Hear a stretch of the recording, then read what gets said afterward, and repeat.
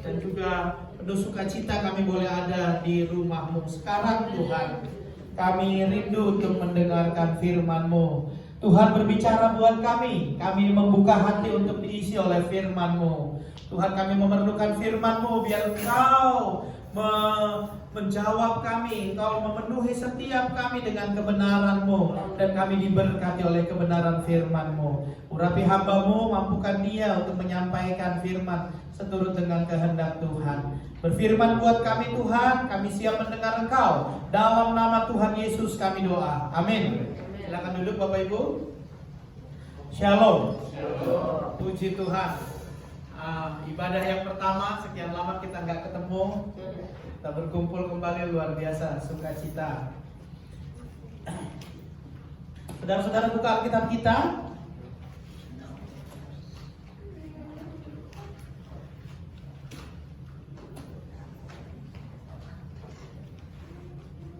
Amsal 24 ayat yang ke-16.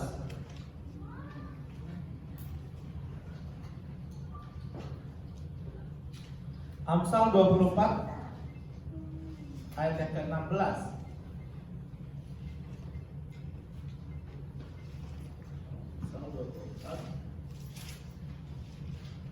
Sudah dapat saudara-saudara? Amsal 24 ayatnya yang ke-16. Itu kita akan baca bagian ini. 1, 2, 3. Sebab 7 kali orang benar jatuh, namun ia bangun kembali, tetapi orang fasik akan roboh dalam bencana. 2 Tawarik 17, masih di perjanjian lama. 2 Tawarik 17 ayat 3 dan 4. Sekali lagi, 2 Tawarik pasal yang ke-17 ayat 3 dan 4. Ini ayat yang bagian yang kedua yang akan kita baca. 2 Tawarik 17, 3 dan 4. Kalau sudah dapat, baca bersama-sama dengan saya. 2 Tawarik 17, 3 dan 4. Dan Tuhan menyertai Yosafat, karena ia hidup mengikuti jejak yang dahulu dari Daud bapa leluhurnya, dan tidak mencari Baal-Baal, melainkan mencari Allah ayahnya. Ia hidup menurut perintah-perintahnya dan tidak berbuat seperti Israel. Puji Tuhan. Suatu hari saudara-saudara, ada seorang bapak punya 5 orang anak. Rupanya di kantornya itu ada acara, lalu ada raffle. Ya tahu ya, waktu raffle itu diputar, siapa yang bakal dapat hadiah. Rupanya bapak ini dapat hadiah itu. Wah, dia senang. Rupanya hadiahnya adalah sebuah boneka yang bagus, besar begitu. Wah, dia senang sekali. Dia bawa ke rumah. Waktu di rumah, dia kumpulkan ke 5 anaknya. Hei anak-anak, datang sini. Daddy dapat hadiah nih. Wow, anak-anak juga senang melihatnya. Hadiah ini akan diberikan kepada mereka. Siapa anak dari di antara kalian, siapa yang kira-kira cocok dapat hadiah ini? Kata bapaknya.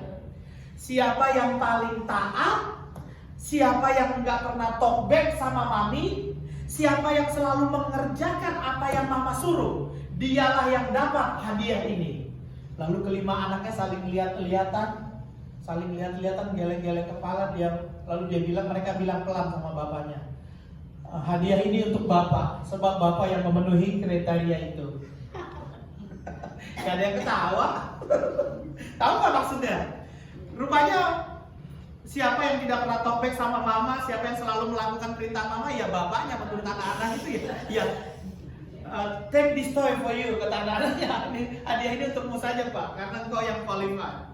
Saudara-saudara yang dikasih oleh Tuhan, menjadi orang tua tidaklah mudah di zaman sekarang ini tentu, bukan? Menjadi ayah, menjadi seorang ibu tidaklah mudah untuk kita, khususnya kita yang ada di negeri perantauan ini.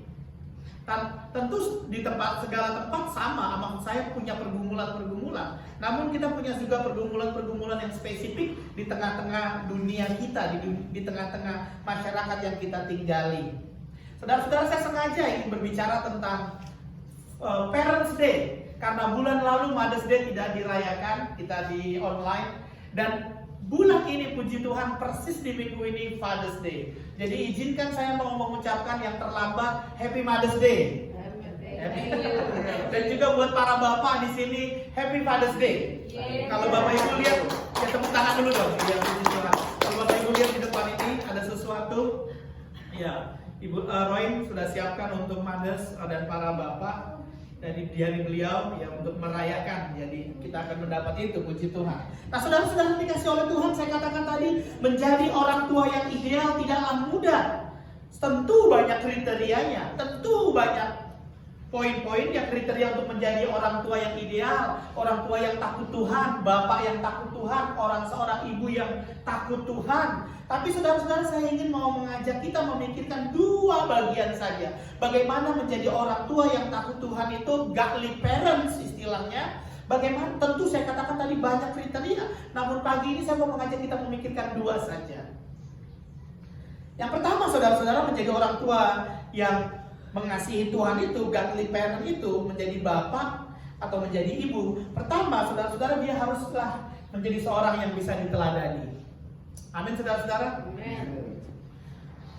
Pada akhirnya, saudara-saudara, anak-anak kita itu akan melakukan apa yang kita lakukan, bukan apa yang kita katakan. Ini susahnya.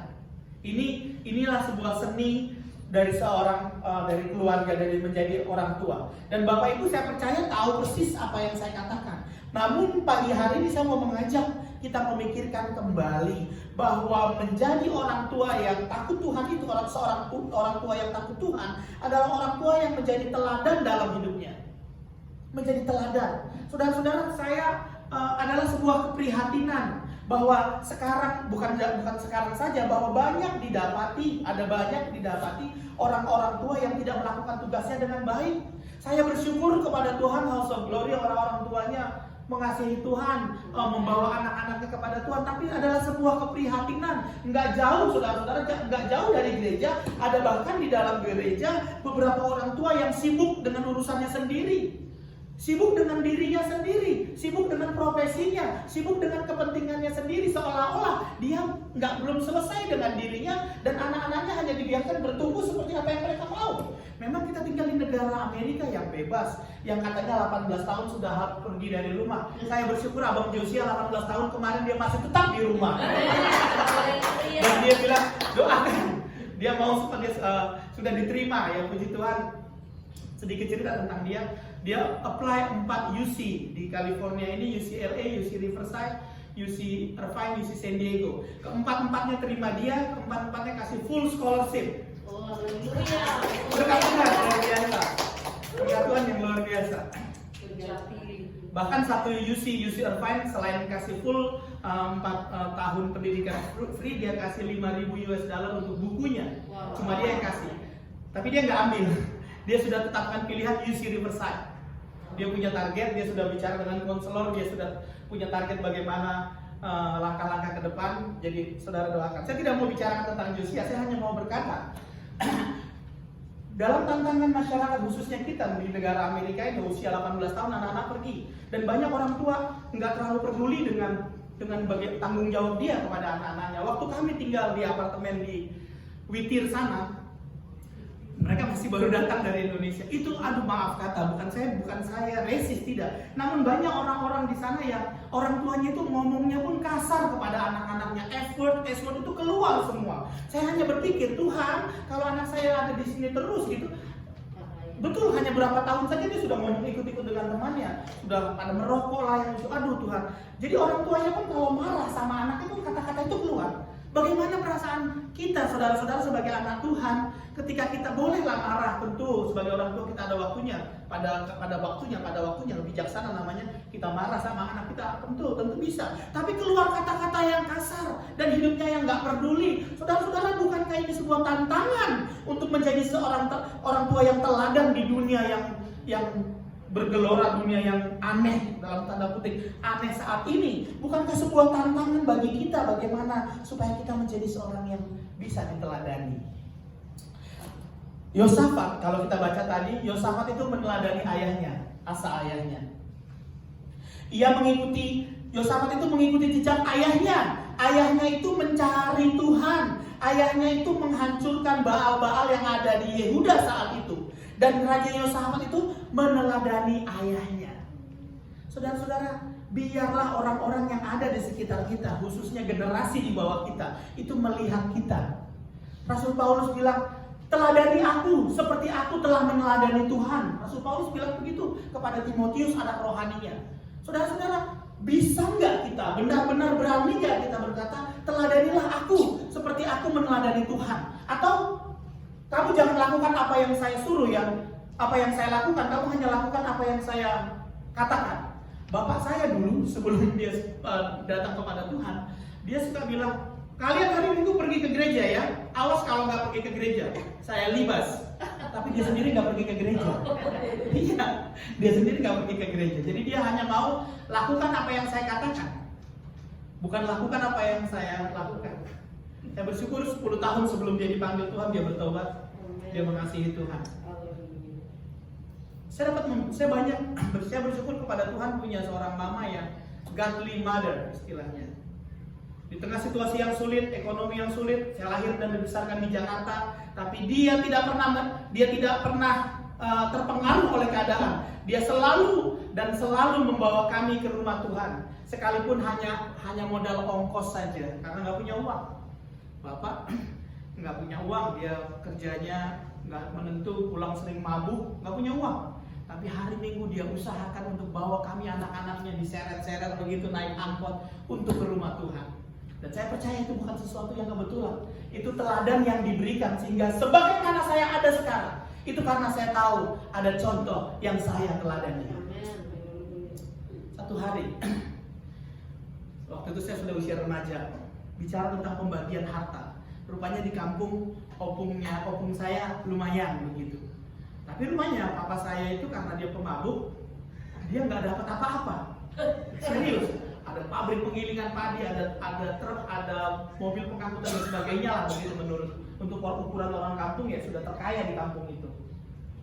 Tahun lalu puji Tuhan, Josia lihatlah sisa-sisanya begitu. Satu hari saya cuma bilang begini sama mama saya, tiba-tiba karena mungkin pengaturan yang kurang bijaksana, papa saya nggak dapat lah kira-kira begitu. Padahal mereka cuma 3 laki-laki, harusnya dia dapat. Nah, entah kenapa hati saya terpancing untuk marah gitu. Loh kok bisa dikuasai sebegitu rupa? Loh kok tidak ada sama sekali buat kita? Padahal ada ini, ada itu, ada ini, ada dan sebagainya. Hati jadi marah ya, sebagai anak remaja, anak muda jadi marah gitu. Kok nggak bisa begitu dong? Kita harus tuntut seolah-olah gitu ya, tuntut. Tapi apa yang mama saya bilang? No, jangan karena harta kita berkelahi. Wah, jangan karena sesuatu yang fana kita berkelahi katanya. Tuhan sanggup berkati engkau kalau engkau cari Tuhan. Sebuah teladan, saudara. Saudara mungkin nggak punya banyak harta. Saudara mungkin nggak bisa tinggalkan banyak harta. Tapi kalau engkau bisa tinggalkan keteladanan, saudara-saudara menjadi teladan. Bukankah itu yang dibutuhkan oleh dunia saat ini? Menjadi teladan. Saudara-saudara, kita punya banyak keterbatasan, tapi datang kepada Tuhan. Biarlah hidup kita menjadi teladan. Raja Yosafat dalam 2 tahun ini, dia melihat teladan dari ayahnya, sehingga dia juga melakukan persis seperti yang ayahnya lakukan. Dia menyembah Allah yang ayahnya sembah. Dia memberikan persembahan kepada Allah yang Allahnya beri persembahan. Dan selanjutnya dia meneladani ayahnya. Satu hari saudara-saudara, ada 4 orang pendeta ngobrol-ngobrol. Mereka bicara tentang terjemahan. Alkitab itu punya banyak terjemahan ya saudara-saudara ya, terutama di dalam bahasa Inggris.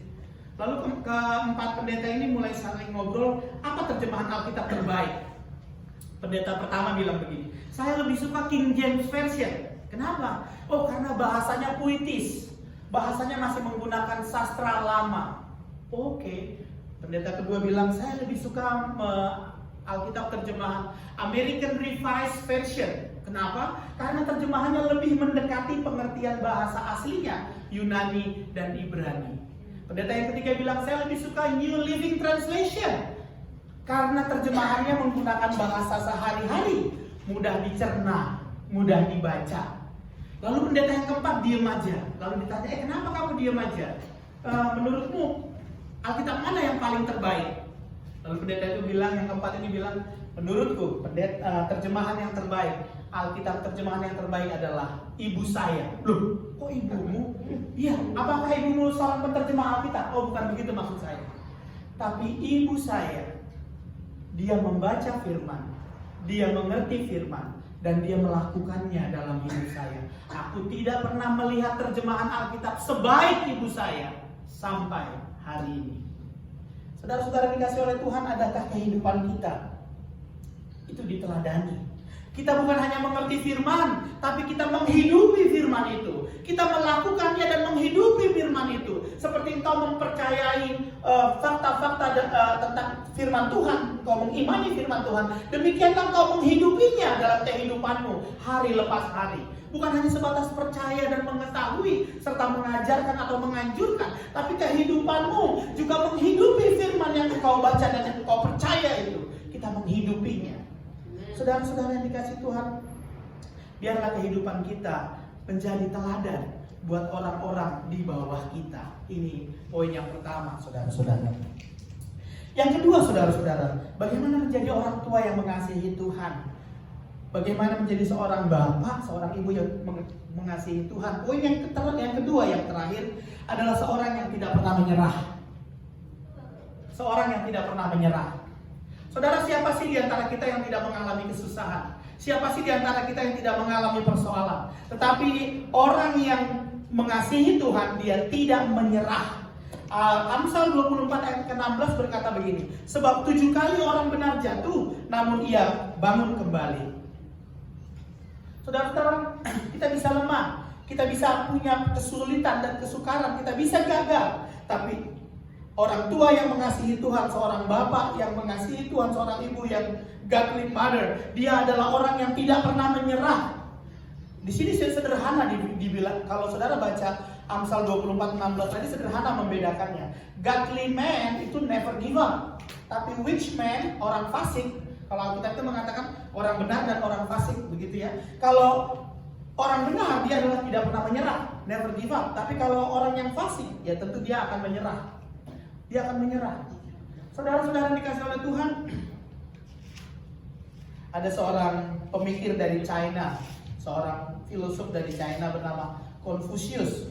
Dia bilang begini, kemuliaan terbesar itu bukan karena seseorang itu gak pernah gagal, tapi karena dia bangkit manakala dia jatuh.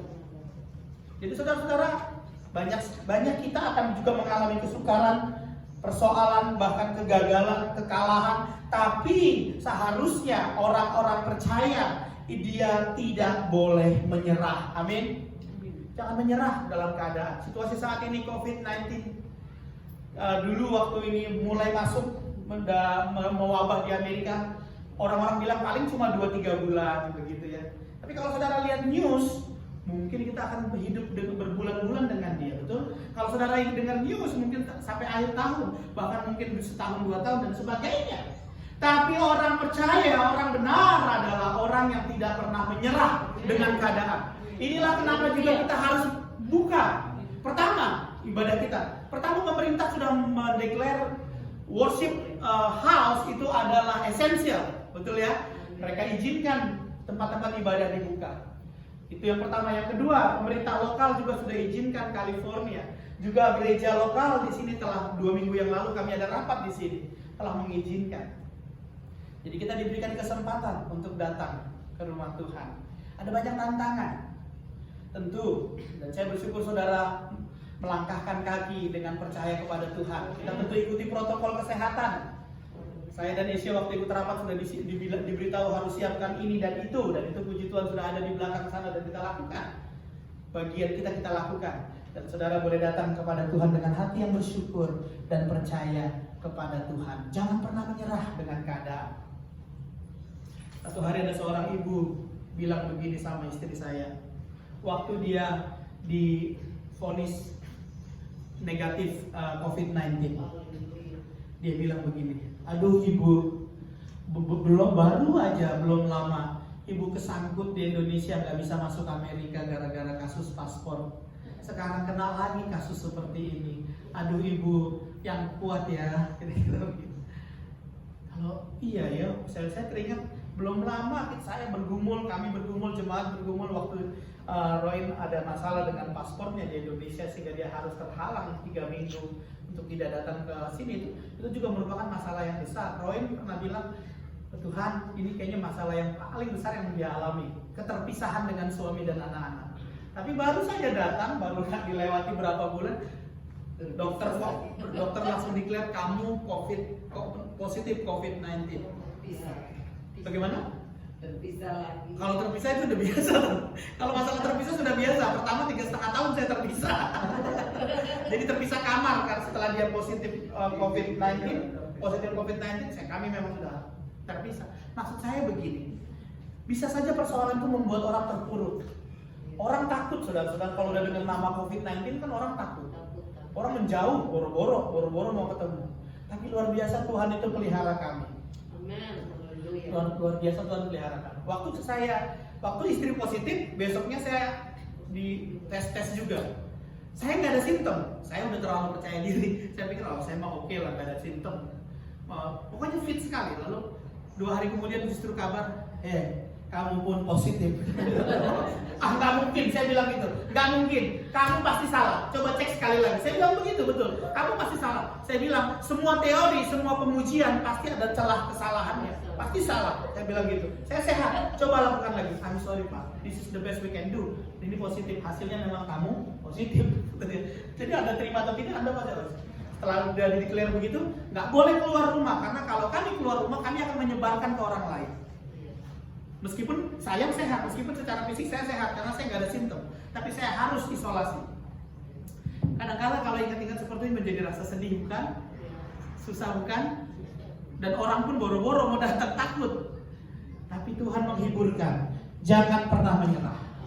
Itu poin.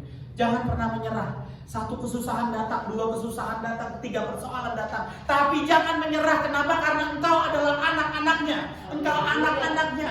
Engkau miliknya. Jangan menyerah. Jangan menyerah kesulitan apapun yang sedang engkau hadapi. Jangan menyerah. 7 kali orang benar jatuh, tapi dia akan bangkit kembali. Itu kata firman Tuhan. Jangan putus asa. Saya bersyukur sama Tuhan. Entah bagaimana Tuhan memelihara kami. Beras itu sampai hari ini masih ada 5 karung. Jadi kalau saudara ada kurang beras, beritahu saya. 5 karung besar-besar. Orang itu datang telepon, Pak Sardi saya sudah taruh di depan. Tentu saya waktu dia mau telepon saya bilang nggak usah datang, jangan sentuh bel, jangan sentuh handle pintu dan sebagainya, cukup taruh di depan. Mereka yang telepon saya untuk datang. Jadi oke, dia datang, setelah taruh kayak orang main kucing-kucingan gitu. Setelah dia taruh, dia lari gitu kayak orang kucing sama tikus. Karena dia takut berjumpa dengan COVID-19 pasien. Tapi saya lihat pemeliharaan Tuhan yang ajaib. Amen. Roin nggak bisa makan, Roin nggak bisa ini selama 1 minggu dia yang agak banyak simptomnya. Lalu untuk mengatasi itu dia bilang begini sama saya. Jadi saya harus datang layani gitu. Dia bilang, aduh saya nggak bisa makan. Gimana ya? Saya kepengen makan martabak. Saya bilang, lu ada aja lu mau makan martabak. Ya saya gimana bikinnya mau makan martabak? Ada pun kan sulit. Ada rupanya Tuhan gerakan seseorang dia telepon saya. Mas Andi saya mau mampir gitu. Mau dibawain apa ya? Wah, saya bilang kebetulan ini. Bukan kebetulan, saya tahu Tuhan yang berkarya. Dia ngerti ya, maksud saya bersyukur, ini pucuk dicinta ulang tiba. Pendeta kan nggak boleh meminta-minta. Anak-anak Tuhan tidak perlu meminta-minta. Jangan bilang, saya kekurangan ini tolong. Enggak. Saya belajar untuk tidak buka mulut kepada jemaat. Apapun kekurangan. Saya belajar untuk itu. Lalu tiba-tiba dia tawarin, Pak saya mau datang ke rumah. Nggak usah, rumah saya jauh. Dia tahu kan rumahnya bisa jauh banget. Nggak apa-apa Pak, saya datang. Apa yang diperlukan? Saya bilang dia sudah. Oke, saya sebutin. Jangan lupa bawa martabak. Siap Pak, siap.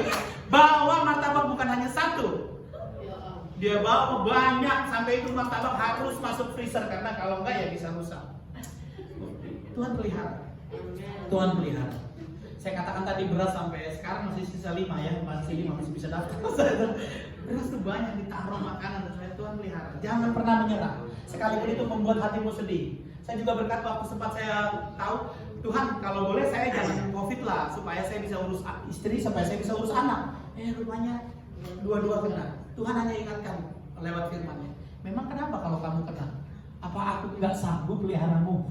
Amin. Haleluya.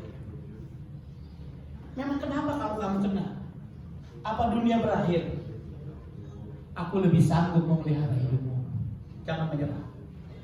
Saya mau mengatakan kepada saudaraku hari ini, apapun persoalanmu, apapun pergumulanmu, mungkin kau rasa berat, tapi dengar firman Tuhan, jangan pernah menyerah. Tuhan sanggup menolong kau.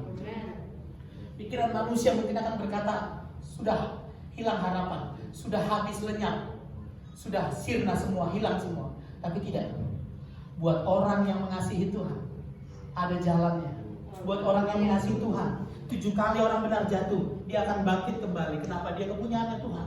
Jangan patah harap, jangan patah iman, tapi berharaplah sama Tuhan. Satu hari, seorang peneliti di Malaysia bernama Billy Lim, dalam sebuah buku Dare to Fail bilang begini, seorang bayi untuk bisa berjalan itu membutuhkan minimal 240 kali jatuh bangun. Menurut riset dia. Jadi mungkin ketika bayi baru berjalan dia jatuh, dia nangis. Tapi karena dia perlu proses itu, ketika dia jatuh lagi dia kebanyakan tidak nangis lagi. Dia tahu tidak nangis lagi dan dia hanya senyum dan dia akan coba lagi berjalan. Dia akan bangkit lagi, dia akan coba lagi, dia nggak nyalahin. Waktu bayi mulai berjalan dia tidak nyalahin ketika dia jatuh, dia tidak salahkan orang tuanya. Kenapa papa mama saya tidak care sama saya? Dia tidak salahkan papa mamanya. Dia juga tidak salahkan lantainya yang mungkin licin. Tidak. Ketika dia jatuh, dia hanya senyum-senyum, dia berdiri, dia coba lagi, dan coba lagi. 240 kali minimal. Sehingga bayi itu bisa berjalan dengan baik. Jangan menyerah. Jangan putus asa. Saudara-saudara, saya mau akhiri bagian ini dengan sebuah cerita. Tentu saudara kenal dengan perenang Amerika yang legendaris Michael Phelps. Perenang hebat yang sampai hari ini catatan prestasinya itu belum ada yang mengalahkan. Tahun 2000 di Sydney, dia adalah perenang termuda di dunia. Usianya waktu itu baru 15 tahun. Memang dia nggak dapat medali waktu itu. Tahun 2000 usianya 15 tidak dapat medali, tapi dia perenang pertama termuda di dunia. Setelah itu saudara-saudara, kisahnya itu luar biasa, prestasinya begitu hebat. Dia menjuarai, dia adalah raja renang gaya bebas 100-200 meter. Dia rajanya di masa itu. Sampai tahun 2012, dia mengalami sebuah keterpurukan. Pertama, dia drug, dia mabuk, dan dia terobos lampu merah, ditangkap, ditahan. Namun itu membuat dia justru semakin terpuruk, dia malah terlibat obat-obatan, sampai dia ke China pun ada diberitakan dia terlibat pesta drug di sana. Dia sangat terpuruk sehingga menurut catatan maksud saya, dia sempat hendak mengakhiri hidupnya karena dia merasa hampa hidupnya saat itu. Sampai pada akhirnya saudara-saudara, di mamanya, dia hidup dengan seorang mama, dia hidup dengan single mother, hanya mama. Mamanya yang melayani dia, mamanya yang mengurus dia dari keterpurukannya 2012. Dia rehabilitasi tentu, dia masuk rehab, namun terus dibimbing oleh mamanya. Akhirnya di masa usianya sudah cukup tua untuk seorang atletik, tapi dia ikut Olimpiade 2016 di Rio de Janeiro di Brazil. Dan itu adalah Olimpiade dia terakhir karena usianya sudah juga tidak muda. Tapi saudara tahu apa yang terjadi? Dia torehkan medali terbanyak di tahun 2016. Ketika dia nggak menyerah dengan keterpurukannya, dia menorehkan sesuatu yang besar. Siapa sih di antara kita yang tidak pernah gagal? Musa pernah gagal menguasai emosinya. Waktu Tuhan bilang katakan kepada batu itu, maka batu itu akan mengeluarkan air. Dia marah, dia emosi, dia pakai tokatnya, dia pukul itu batu. Bapak Ibu tahu kisah itu bukan? Daud juga pernah gagal menguasai nafsu birahinya ketika dia tertarik dengan istri orang lain dan berzina dengan Bathsheba, istri Uria. Petrus juga pernah gagal mempertahankan imannya waktu dulu dia sesumbar. Sekalipun orang lain meninggalkan engkau, aku tidak. Tapi karena seorang wanita kecil yang mencurigai dia sangkal Tuhannya 3 kali. Tokoh-tokoh Alkitab pun banyak menceritakan kegagalan-kegagalan mereka. Saudara-saudara, jangan pikir kehidupan kita itu hanya gegap gempita, kemenangan, berkat. Ada kalanya memang kalau Tuhan izinkan itu terjadi dan gagal dan keterpurukan. Jangan menyerah, ini maksudnya. Kalau tokoh-tokoh ini kita bisa belajar dari mereka. Ini memberikan sebuah pelajaran bagi kita bahwa kita, anak-anaknya, biarlah kita tidak pernah menyerah. Apapun yang kau hadapi saat ini, Anugerah Tuhan selalu ada bagimu. Anugerah Tuhan selalu ada bagimu. Dia mampu menguatkan engkau. Dia mampu mengangkat tanganmu dalam keterpurukan sehingga engkau berdiri. Kenapa? Karena engkau anak-anaknya. Amin. Mari kita berdoa. Terima kasih buat firman-Mu. Kami bersyukur buat kebaikan-Mu. Biarlah Tuhan tolong kami. Siapakah kami ini Tuhan? Ada banyak kelemahan kami. Ada banyak kekurangan kami sebagai mama, sebagai bapak, sebagai orang tua. Engkau tahu Tuhan kami, segala keterbatasan kami. Tapi biarlah tidak menyurutkan kami. Biar kami terus Tuhan bangkit dalam segala keterbatasan kami. Biarlah anugerah-Mu, belas kasihan-Mu menopang kami, menjadikan kami teladan buat keluarga kami, dan membuat kami kuat tidak menyerah. Terpuji Engkau Tuhan, dengan doa kami dalam nama Tuhan Yesus kami doa. Amin.